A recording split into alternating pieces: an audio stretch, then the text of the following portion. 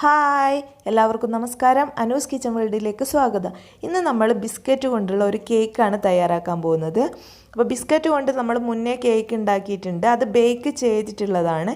ഇത് ബേക്ക് ചെയ്യാത്ത ബിസ്ക്കറ്റ് കേക്കാണ് നമ്മൾ തയ്യാറാക്കാൻ പോകുന്നത്. അപ്പോൾ നമുക്കിതെങ്ങനെയാണ് തയ്യാറാക്കുന്നതെന്ന് നോക്കാം. അപ്പം നമ്മളെ ബേക്ക് ചെയ്യാത്ത കേക്ക്, ബിസ്ക്കറ്റ് ചോക്ലേറ്റ് കേക്ക് ഉണ്ടാക്കാൻ വേണ്ടിയിട്ട് ആദ്യം തന്നെ ഞാനൊരു പാൻ വെച്ചിട്ട് ഇപ്പം ഞാൻ കുറച്ച് വാൾനട്ട്സ് എടുത്തിട്ടുണ്ട്. ഇതൊന്ന് ഫ്രൈ ചെയ്തെടുക്കാൻ വേണ്ടി പോവാണ്. വാൾനട്ട്സ് തന്നെ വേണമെന്നില്ല, നിങ്ങൾക്ക് ഏത് വേണമെങ്കിലും എടുക്കാം കേട്ടോ. അതായത് ഏത് നട്ട്സ് വേണമെങ്കിലും എടുക്കാം.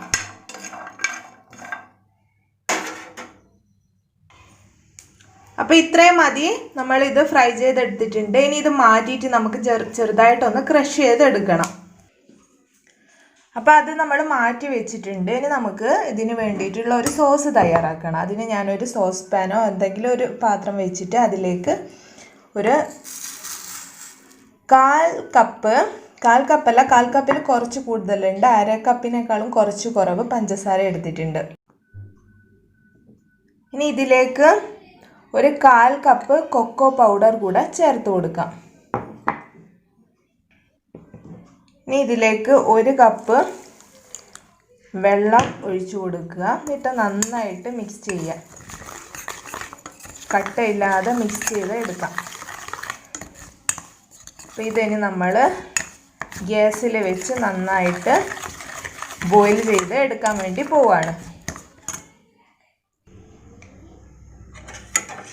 അപ്പോൾ നമ്മളിതാ ഗ്യാസിൽ വെച്ച് കൊടുത്തിട്ടുണ്ട്, ഓൺ ചെയ്ത് വെച്ചിട്ടുണ്ട്. ഇതൊന്ന് കുറുകിയിട്ട് വരണം, നന്നായിട്ട് ഇതാവണ്ട, എന്നാലും ജസ്റ്റ്.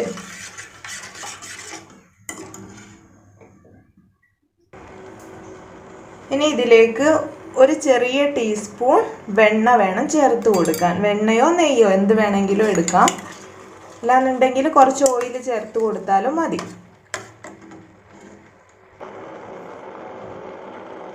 ഇനി കുറച്ച് വാനില എസൻസ് കൂടെ ചേർത്ത് കൊടുക്കാം.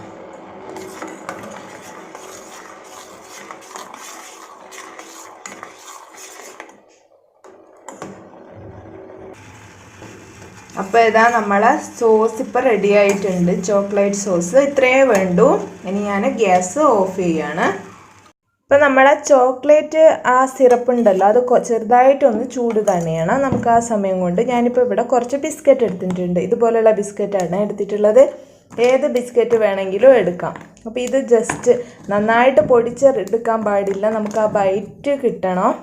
അപ്പോൾ ജസ്റ്റ് ഒന്ന് ഇതുപോലെ ഒന്നങ്ങ് ക്രഷ് ചെയ്ത് കൊടുത്താൽ മതി കേട്ടോ, കൈ വെച്ചിട്ട്.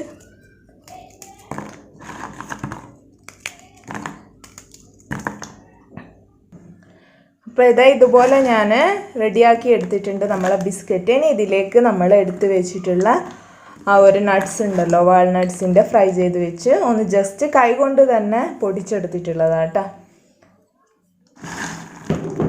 ഇനി ഇതിലേക്ക് നമ്മൾ എടുത്തിട്ടുള്ള ആ ഒരു സോസ് മിക്സ് ചെയ്യാം. അപ്പോൾ ചെറുതായിട്ട് ചൂട് തണിഞ്ഞിട്ടുണ്ട്, നന്നായിട്ട് തണിഞ്ഞിട്ടില്ല.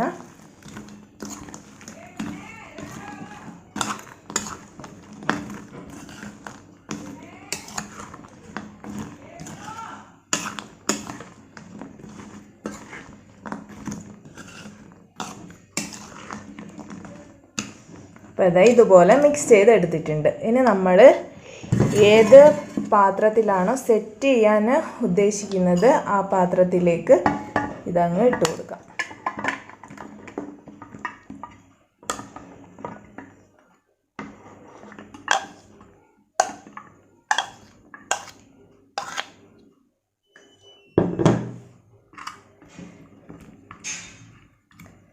നന്നായിട്ടിനി പ്രസ് ചെയ്ത് കൊടുക്കാം.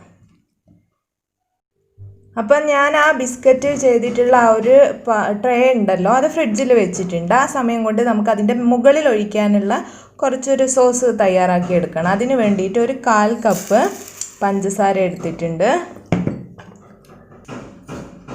ഇനി ഇതിലേക്ക് ഒരു ടേബിൾ സ്പൂൺ കൊക്കോ പൗഡർ കൂടെ ചേർത്ത് കൊടുക്കാം.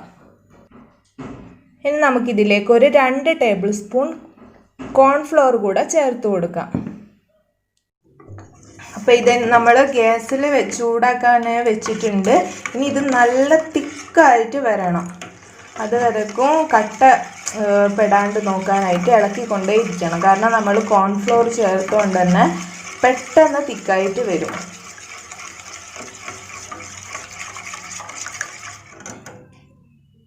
അപ്പം നമ്മുടെ സോസ് ഇതാ റെഡി ആയിട്ടുണ്ട്. ഇതുപോലെയാണ് നമുക്ക് കിട്ടേണ്ടത്. ഇനി നമുക്കിത് നമ്മൾ ഫ്രിഡ്ജിൽ വെച്ചിട്ടുള്ള ആ ബിസ്ക്കറ്റിൻ്റെ ആ സെറ്റ് ഉണ്ടല്ലോ അതിലേക്ക് അങ്ങ് ഒഴിച്ചു കൊടുക്കാം. അപ്പം നമുക്കിത് ഇതിലേക്ക് അങ്ങ് ഒഴിച്ചു കൊടുക്കാം.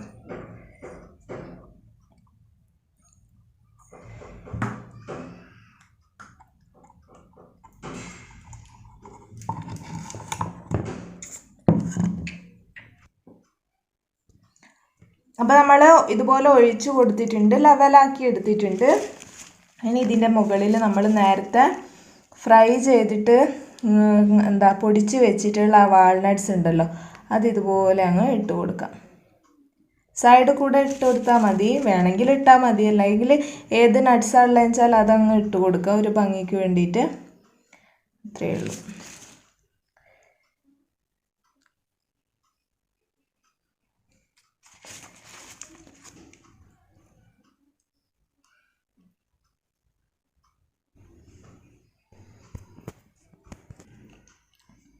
അപ്പോൾ ഇതാ ഇതുപോലെ ഇട്ട് കൊടുത്തിട്ടുണ്ട്. ഇനി നമുക്കിത് ഫ്രിഡ്ജിൽ സെറ്റ് ചെയ്യാൻ വേണ്ടിയിട്ട് വെക്കണം. ഇത് നമ്മൾ ബേക്ക് ചെയ്യുന്നില്ല, സെറ്റ് ചെയ്യാൻ എടുക്കുന്ന ആ ഒരു ടൈം എന്തായാലും ഒരു 3-4 മണിക്കൂർ വേണ്ടി വരും ഇത് സെറ്റായിട്ട് വരാൻ. അപ്പം ഞാനിത് ഫ്രിഡ്ജിൽ വെക്കട്ടെ. ഇപ്പോൾ കറക്റ്റ് ഒരു 3 മണിക്കൂർ കഴിഞ്ഞിട്ടുണ്ട്. ഞാനപ്പോൾ നമ്മളെ കേക്ക് ഫ്രിഡ്ജിൽ വെച്ചിട്ടുള്ള കേക്ക് ഇതാ ഇപ്പോൾ പുറത്തെടുത്തിട്ടുണ്ട്. ഇനി നമുക്കിത് കട്ട് ചെയ്ത് നോക്കാം. കട്ട് ചെയ്യുമ്പോൾ അറിയാം ആ കറക്റ്റായിട്ട് ആ ഒരു ടെക്സ്ചർ നമുക്ക് കിട്ടിയിട്ടുണ്ട്.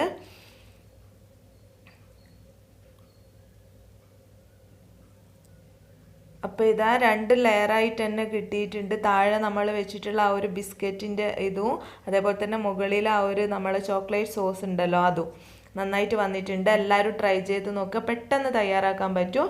അപ്പോൾ നിങ്ങൾ ട്രൈ ചെയ്ത് നോക്കി നിങ്ങളെ ഫീഡ്ബാക്ക്സ് അറിയിക്കാൻ മറക്കരുത്.